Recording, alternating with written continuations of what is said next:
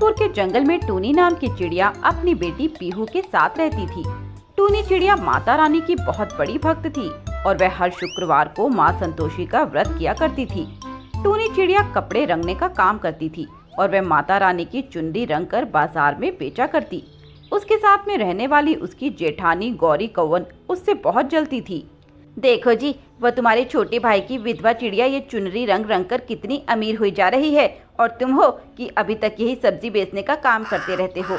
अरे छोड़ो ये काम और तुम भी रंगाई का काम शुरू कर दो, इसमें बहुत ज़्यादा कमाई है। नहीं गौरी, मैं वो काम शुरू नहीं कर सकता क्योंकि जब घर का बंटवारा हुआ था तो काम भी बढ़ गए थे।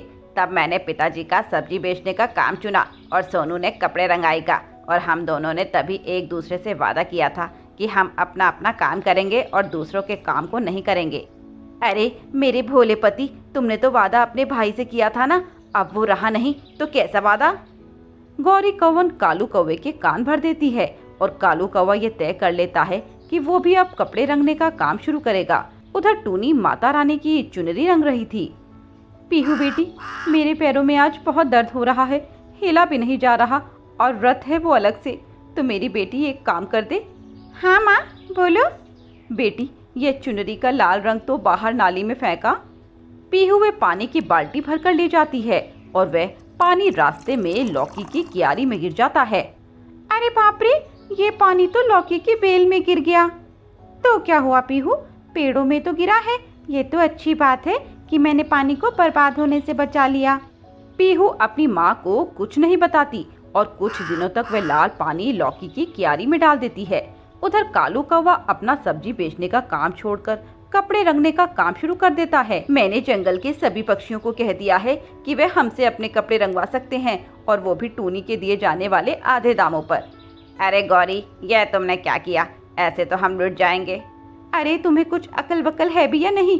अपना काम शुरू करने से पहले ग्राहकों को कम दामों पर सर्विस देनी पड़ती है, और जब वो आपके आदी हो जाते हैं तो पैसों को बढ़ा दो। अरे वाह मेरी गौरी कौवन, यह सब ज्ञान की बातें तुम्हें कहाँ से आती हैं?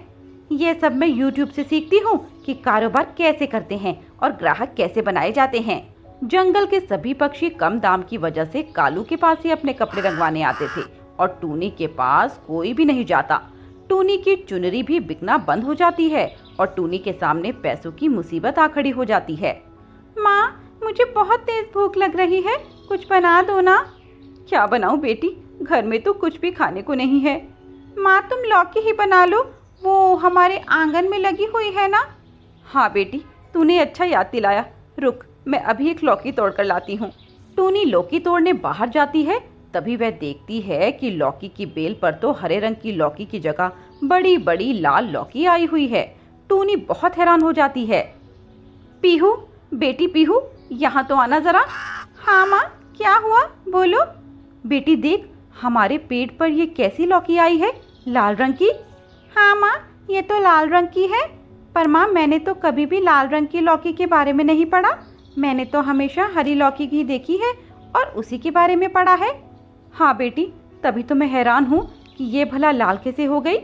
तभी पीहू को कुछ याद आता है और वह जोर से कहती है, माँ मुझे याद आया, शायद ये लाल आपकी चुनरी के पानी वाले रंग से हुई है जो मैं हर रोज इस क्यारी में डालती थी, इसी कारण ये लाल रंग की हो गई। इसका मतलब तू वो चुनरी का पानी इस लौकी के पेड़ में डालती थी? हाँ माँ। ये तो माता रानी का चमत्कार है, उन्होंने एक रास्ता बंद कर दिया तो दूसरा खोल दिया। अब बेटी देखना मैं कैसे इन लाल लौकी से सब कुछ ठीक करती हूँ। टूनी अगले दिन वह सारी लाल लौकी लेकर जंगल में बेचने चली जाती है। लौकी ले लो, लौकी, लाल लाल लौकी, ताज़ी लाल लौकी। अरे टूनी बहन, लौकी तो हरी सुनी है और ये लाल रंग की लौकी, ये तो पहली बार देख रही हूँ। ये लाल लौकी तुम लाई कहाँ से? अरे लूसी बहन, तुम आम खाओ ना, गुठली क्यों गिनती हो? बहुत ही अच्छी और पौष्टिक लौकी है मेरी। टूनी की अलग लाल रंग की लौकी एकदम बिक जाती है और टूनी का काम निकल पड़ता है। अब हर रोज टूनी अपनी वह लाल लौकी बेच देती और खूब पैसे कमाती, और उधर यह सब देखकर कालू और गौरी फिर से जलने लगते हैं। सुंदरवन के जंगल में टूनी नाम की बहुत ही सुंदर चिड़िया रहती थी। वह बहुत ही अच्छी और नेक दिल चिड़िया थी। सभी जंगल के पक्षी भी उससे बहुत खुश रहते थे और उसको बहुत प्यार करते थे। टूनी चिड़िया इस जंगल की जान है। पता नहीं जब यह चली जाएगी तो हम लोग कैसे रह पाएंगे। हाँ जी, टूनी से ही इस पूरे जंगल में रौनक बनी रहती है। भगवान उसका ध्यान रखे और उसका ख्याल रखे। हम तो बस आशीर्वाद दे सकते हैं। वहीं दूसरी ओर टूनी अपने घर के पेड़ की डाली पर बैठी धूप का मजा ले रही थी और उस मजे को उठाते उठाते वे कब गहरी नींद में चली गई उसे खुद भी नहीं पता चला। टूनी अपने सपनों में गुम थी कि तभी उस पेड़ पर एक छोटा सा सांप रेंगता हुआ ऊपर चढ़ जाता है और उसके पंखों में घुस जाता है। तभी टूनी के पिताजी आते हैं और उसे नींद से जगाते हैं। टूनी बेटा, टूनी उठ जा। क्या पिताजी आप भी? मुझे अभी बहुत अच्छी नींद आ रही है। बेटिया, धूप अभी तेज हो गई है और तेरे पंख भी सूख गए हैं। तू अब ज्यादा देर धूप पे ना बैठ वरना काली हो जाएगी। हाँ पिताजी, सच में। हाँ बिटिया, तभी तो कह रहा हूँ अंदर चली जा। वैसे भी बाहर यहाँ बहुत से जंगली जानवर घूमते हैं। इसके बाद टूनी अपने घर के अंदर चली जाती है। वहाँ जाकर भी वह सो जाती है। वही वह छोटा सांप भी उसके पंखों में ही रहता है। वो इतना छोटा था कि उसे कोई देख नहीं सकता था। ऐसे ही शाम हो जाती है और शाम को टूनी अपने पंखों में कंघा करने लगती है। तभी कंघा करते समय सांप उसके पंखों से निकल जाता है। सांप, सांप, माँ, सांप! चिल्लाओ नहीं टूनी, चिल्लाओ नहीं। मैं तुम्हें कुछ नहीं करूँगा, मेरा विश्वास करो। तुम इतने छोटे कैसे हो? सांप तो बहुत बड़े बड़े होते हैं ना? हाँ, सभी सांप बड़े होते हैं, पर मैं एक बौना सांप हूँ। मेरी हाइट ज्यादा नहीं है। पर तुम मेरे पंखों में कैसे आए? मेरे बाप को कालू कौवे ने मार दिया, जिस कारण मैं अनाथ हो गया। वो कालू कौवा मुझे मारना चाहता था कि तभी मैंने उससे बचते बचते तुम्हारे पंखों में घुस गया और मैं उस कालू कौवे से भी बच गया। क्या उस कालू डॉन ने तुम्हारे माँ बाप को मार दिया? हाँ, वो कालू सांप बहुत ही गंदा है। वह जंगल के सभी सांपों को मार चुका है और अब वह मुझे भी मारना चाहता है। इसीलिए मैं तुमसे प्रार्थना करता हूँ, मुझे बचा लो, मुझे अपने साथ रख लो, वरना वह कालू कौवा मुझे भी नहीं छोड़ेगा। ठीक है सांप, तुम मेरे साथ रह सकते हो, तो फिर आज से हम दोस्त हुए। हाँ टूनी, मैं तुमसे वादा करता हूँ जैसे तुमने मेरी आज मदद की वैसे मैं भी जरूरत पड़ने पर तुम्हारी मदद जरूर करूँगा। इसके बाद टूनी और सांप बहुत अच्छे दोस्त बन जाते हैं और एक दूसरे के साथ रहने लगते हैं। टूनी उसे अपने कमरे में छुपाकर रखती ताकि किसी की नजर उस पर न पड़ जाए। ऐसे ही कुछ महीने बीत जाते हैं। टूनी की शादी उसके माँ बाप कालू कौवे के साथ तय कर देते हैं। माँ, मुझे ये शादी नहीं करनी। पर क्यों बेटे? माँ, वो कालू ठीक पक्षी नहीं है, वो एक क्रूर और दुष्ट पक्षी है। वह जंगल के जानवरों को बेवजह परेशान करता है। टूनी देख, वह पक्षी बहुत अच्छा है और उसने खुद सामने से यह रिश्ता तेरे लिए भेजा है। अगर हमने इस रिश्ते के लिए मना कर दिया तो जानती है ना अंजाम क्या होगा। पर माँ। बेटी, वो अच्छा पक्षी है, बस वह बाहर थोड़ा सख्त है और कुछ नहीं, पर उसे सख्त होना भी होगा बेटी, क्योंकि अगर वह इन सांपों को इस जंगल से नहीं भगाएगा तो सांप हमें इस जंगल से भगा देंगे और हम बेघर हो जाएंगे। ना चाहते हुए भी टूनी की शादी कालू कौवे के साथ तय कर दी जाती है। टूनी, मैं भी तुम्हारे साथ चलूंगा। नहीं सांप, अगर तुम मेरे साथ गए तो उस कालू कौवे ने तुम्हें देख लिया तो वह तुम्हें मार देगा। मुझे उस सब की परवाह नहीं, मैंने तुमसे दोस्ती की है और मैं अपनी दोस्ती आखिरी दम तक निभाऊंगा, चाहे कुछ भी क्यों ना हो जाए। टूनी के लाख समझाने पर भी सांप उसके साथ उसके ससुराल आ जाता है। ऐसे ही कुछ दिन बीत जाते हैं, सब अच्छे से जा रहा था। फिर एक दिन कालू गुस्से में एक सांप को पकड़कर अपने साथ ले आता है। देखा टूनी, ये सांप कितने खतरनाक होते हैं। ये हम पक्षियों के दोस्ती के लायक ही नहीं, क्योंकि यह समय आने पर अपना असली रूप दिखा देते हैं। क्या क्या किया इसने? यह पूछो क्या नहीं किया इसने। इसने जंगल के एक पक्षी बच्चे को काट लिया। वो तो शुक्र मानो मेरा कि मैं सही समय पर पहुंच गया और मैंने इसका जहर काट लिया, वरना वो बच्चा आज जिंदा नहीं बचता। इसीलिए मैं ये काम करता हूँ। कालू की ये बात सुनकर टूनी का अपने दोस्त सांप पर से विश्वास डगमगा जाता है और वह उससे कहती है, सांप, कहीं तुम भी मुझे धोखा तो नहीं दोगे ना? कहीं मेरी ही दोस्ती तुम भूल तो नहीं जाओगे? नहीं टूनी, यह तुम कैसी बात कर रहे हो? मैं तुम्हारा विश्वास कभी नहीं तोड़ूंगा। मैं हमेशा तुम्हारे साथ रहूंगा, तुम्हारा साया बनकर। सच में ना सांप? उनकी ये बातें कालू कौवा सुन लेता है और टूनी को उसके खिलाफ जाने के लिए सबक सिखाने के लिए लग जाता है।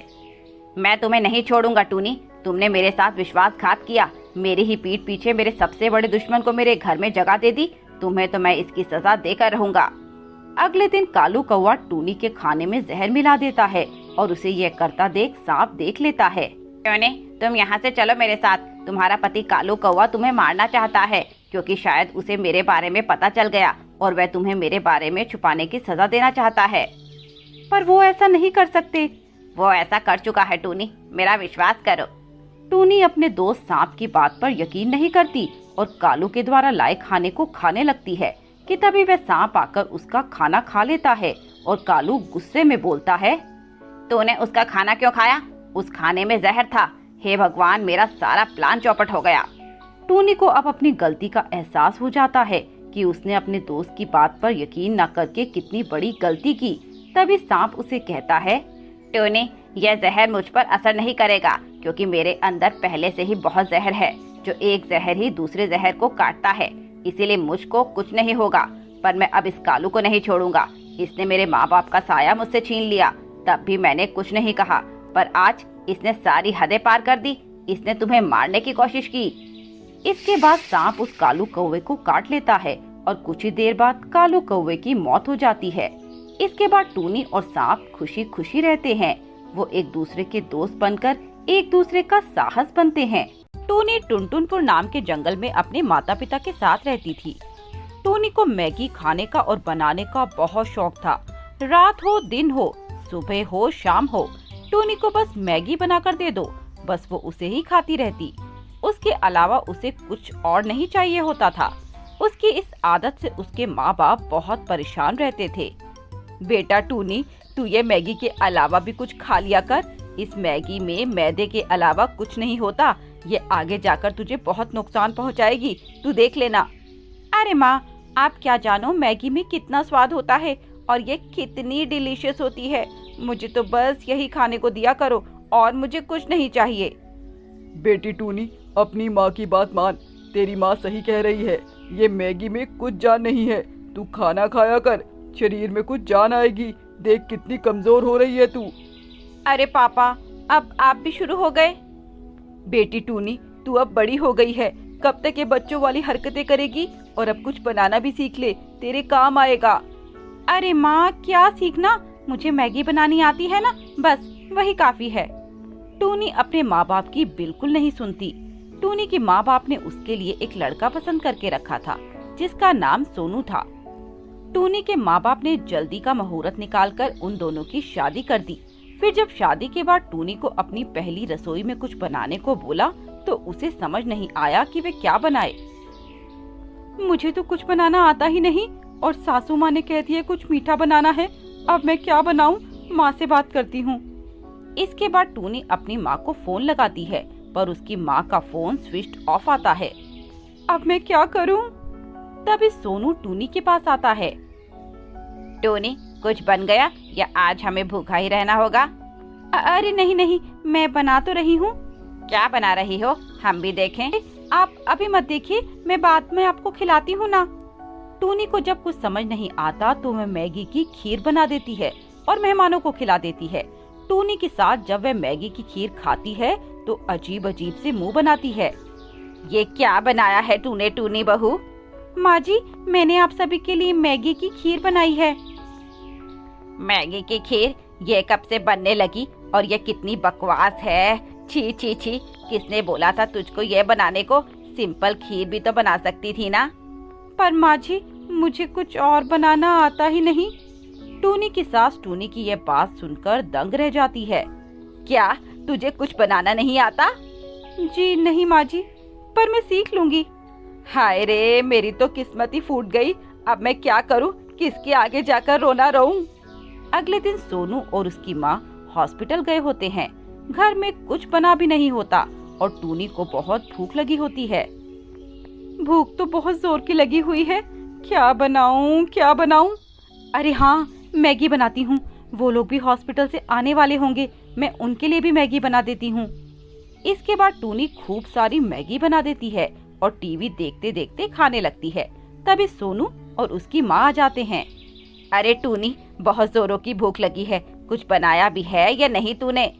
हाँ हाँ माँ जी, बनाया है ना। अच्छा चल ठीक है, मेरे लिए लेकर आ। टूनी अपनी सास के लिए मैगी लाती है। ये क्या, तूने आज फिर से मैगी बनाई?